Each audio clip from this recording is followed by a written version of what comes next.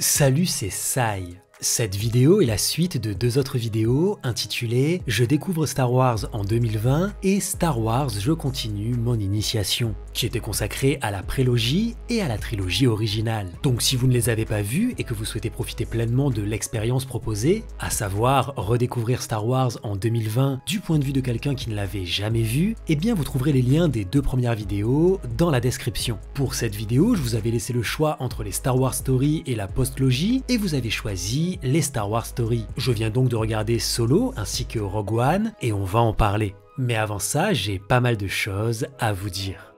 Allez-y, Yann. Non, Anne, mais c'est pas grave.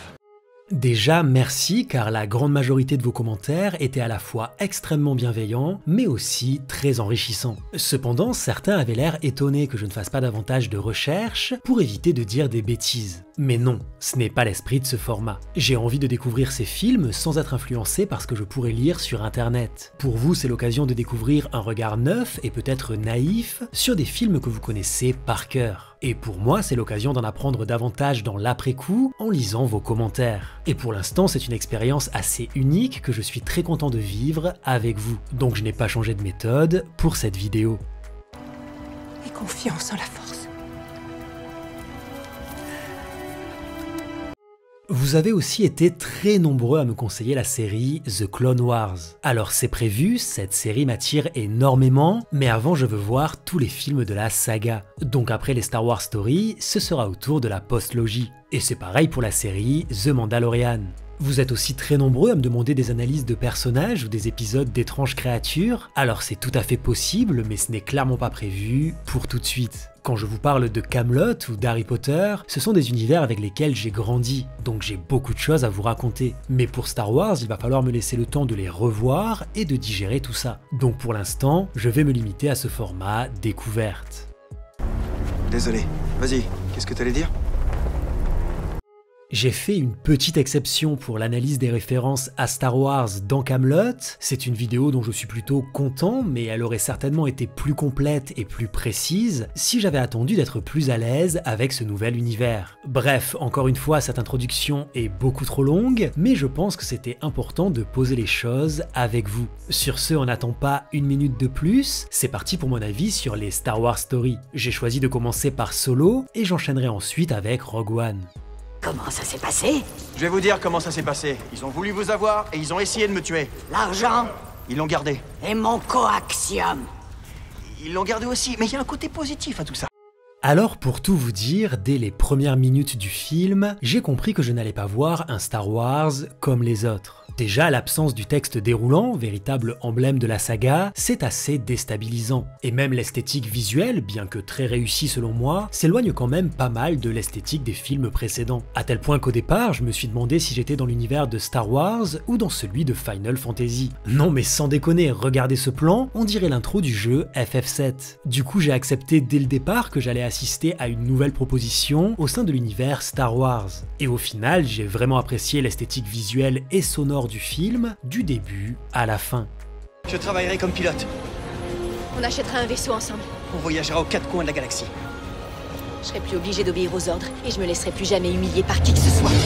Les 20 premières minutes nous présentent donc Anne, un jeune homme naïf, idéaliste et plutôt optimiste, ce qui tranche pas mal avec son personnage dans la trilogie originale. La scène où il parle de ses rêves avec Qi'ra pose ainsi les bases d'un personnage attachant et nous donne envie de savoir ce qui va lui arriver pour qu'il devienne le redoutable hors-la-loi qu'on connaît. La rencontre avec Chewbacca est l'une de mes scènes préférées et c'est d'ailleurs l'évolution de leur relation qui m'a le plus touché tout au long du film. On assiste à la naissance d'une amitié presque fraternelle qui atteindra son apogée au moment où ils prennent tous les deux les commandes du Faucon Millenium pour la première fois. Sans blague, cette scène m'a donné des frissons. On n'était peut-être pas obligés de la prendre ensemble.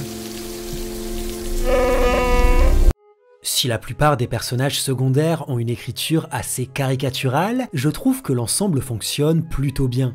La bande à Beckett est un véritable cliché du cinéma d'action. Ok, mais les scènes d'action sont réussies et ont un véritable impact sur le personnage de Han. Et pour ce qui est du personnage de Lando, déjà j'étais agréablement surpris qu'il soit interprété par Donald Glover, qui est un artiste que j'apprécie beaucoup, et même si ses réactions sont assez prévisibles, j'ai apprécié chacune de ses interventions. Mais évidemment, tous ces personnages caricaturaux entraînent des facilités scénaristiques. Les personnages sont toujours au bon endroit au bon moment, et je peux comprendre que ça en agace certains. T'es tenace, c'est le moins qu'on puisse dire. Je suis venu aussi vite que j'ai pu. Pourtant, si le film ne brille pas par l'originalité de son scénario, j'ai trouvé la fin carrément réussie. Alors c'est retournement de situation sur retournement de situation, mais ça fonctionne et ça installe une certaine tension. Et étrangement, la seule chose qui me gêne vraiment dans le développement du personnage de Han Solo ne se trouve pas dans ce film, mais dans la polémique du qui tire le premier de l'épisode 4. Tout au long du film, je me disais que c'était finalement plus cohérent qu'il ne tire pas le premier, car on a affaire à un personnage qui est clairement du côté des gentils. Mais quand il tire le premier face à Beckett, on comprend que ça ne fait pas de lui un personnage mauvais, mais simplement un personnage qui s'est trop fait avoir et qui a donc appris à agir différemment pour survivre. Je n'arrive donc pas à comprendre pourquoi cette scène a été modifiée dans l'épisode 4, alors qu'au final, l'origin story du personnage permettait de rendre la scène originale beaucoup plus cohérente. Si Han ne tire pas le premier dans l'épisode 4, tout son apprentissage dans ce film n'a servi à rien, et je trouve que c'est dommage. J'espère que tu m'écoutes bien parce que je vais te dire une chose de la plus haute importance. Tu as fait ce qu'il fallait faire, petit. Pour une fois. Je t'aurais tué. J'ai été étonné de revoir Dark Maul à la fin, mais j'ai cru comprendre qu'on le revoit dans The Clone Wars, donc j'imagine que j'aurai des réponses à ce moment-là. J'espère qu'on reparlera aussi de Qi'ra, car son histoire n'est clairement pas terminée. J'ai vraiment apprécié l'évolution du duo Han Solo-Chewbacca, c'est le point fort de ce film selon moi, mais à part ça, il n'apporte pas grand-chose à l'histoire. Ça n'en fait pas un mauvais film pour autant, loin de là, j'ai passé un très bon moment, mais il ne fait pas partie de mes films préférés. Bien évidemment, ce n'est que mon avis, et j'ai hâte de connaître le vôtre dans les commentaires. Sur ce, il est temps de passer à Rogue One. Nous étions sur le point d'aboutir, nous étions à 2 doigts d'apporter la paix et la sécurité à toute la galaxie. Vous confondez la paix et la terreur. Rogue One est très différent de Solo, c'est le moins qu'on puisse dire. Déjà, malgré l'absence du texte déroulant, on comprend très vite qu'on est bien dans un Star Wars. Dès les premières minutes, on y parle de la force, de la famille, on y parle d'espoir et de liberté, mais aussi d'un long chemin à parcourir. Des thèmes essentiels à la saga. Bon, apparemment les Stormtroopers ne savent toujours pas viser, mais ça j'ai l'impression que c'est aussi quelque chose de récurrent dans Star Wars. Non mais regardez cette scène, ils sont dans une sorte de couloir, faut pas déconner. Quoi qu'il en soit, le sujet principal est extrêmement fort, étant donné qu'on va parler de la construction de l'étoile de la mort, un point central de la trilogie originale. Nous avons décidé de reprendre contact pour essayer de rétablir la confiance. Et mon père, qu'est-ce qu'il a à voir là-dedans?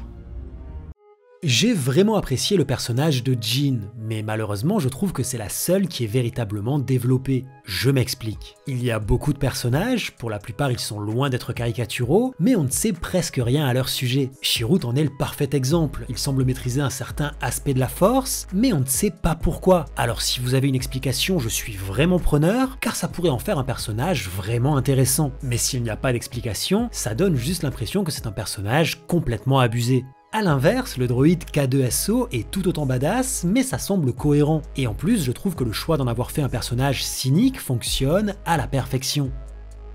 Je trouve cette réponse évasive et peu convaincante. J'ai trouvé le scénario pertinent et particulièrement profond dans les thèmes qu'il aborde. On comprend clairement que même les rebelles font des choses atroces pour la bonne cause, et ça permet d'exposer un aspect réaliste de la guerre. Les rebelles sont prêts à assassiner un homme innocent parce qu'il travaille malgré lui pour l'Empire, alors que cet homme est prêt à se sacrifier pour sauver des innocents. Les dilemmes moraux vont donc au-delà du bien et du mal, car ce dont il est question, c'est ce qu'on est prêt à faire ou pas au nom du bien. Et le fait de voir des têtes connues au milieu de cette histoire, notamment Dark Vador, mais pas que, crée un lien émotionnel assez fort avec les événements de la trilogie originale.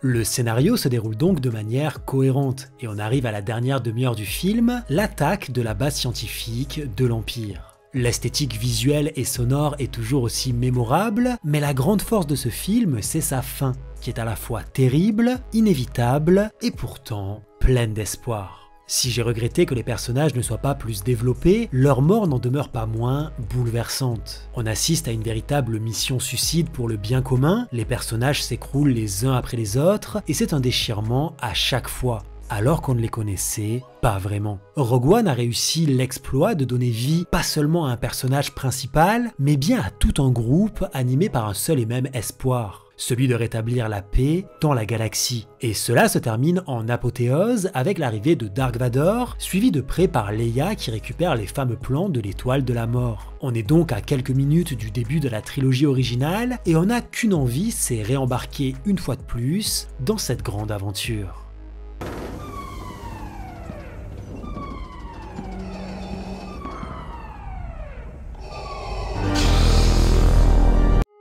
Si Solo n'apportait pas grand chose à l'histoire, c'est tout le contraire pour Rogue One. Il donne de la consistance à la rébellion et peut-être même une vision plus mature du bien et du mal. Je comprends enfin pourquoi vous étiez si nombreux à me conseiller de le regarder avant la trilogie originale, alors c'est loupé pour cette fois mais je compte bien me rattraper lors d'un prochain visionnage. Car j'ai l'impression que c'est vraiment le lien qui manquait entre la prélogie et la trilogie originale. Pour faire simple, j'ai adoré Rogue One.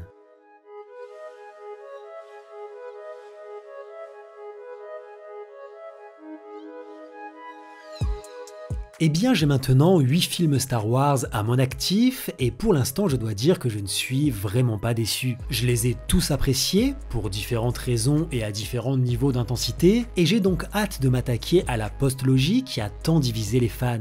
Mais pour l'heure, c'est à vous de jouer dans les commentaires. J'ai hâte de savoir ce que vous avez pensé de cette vidéo et je suis surtout curieux de lire tout ce que vous avez à m'apprendre. Pensez aussi à laisser un pouce bleu si la vidéo vous a plu et à vous abonner si ce n'est pas déjà fait. Vous trouverez tous mes réseaux sociaux dans la description ainsi que mes pages Tipeee et Utip.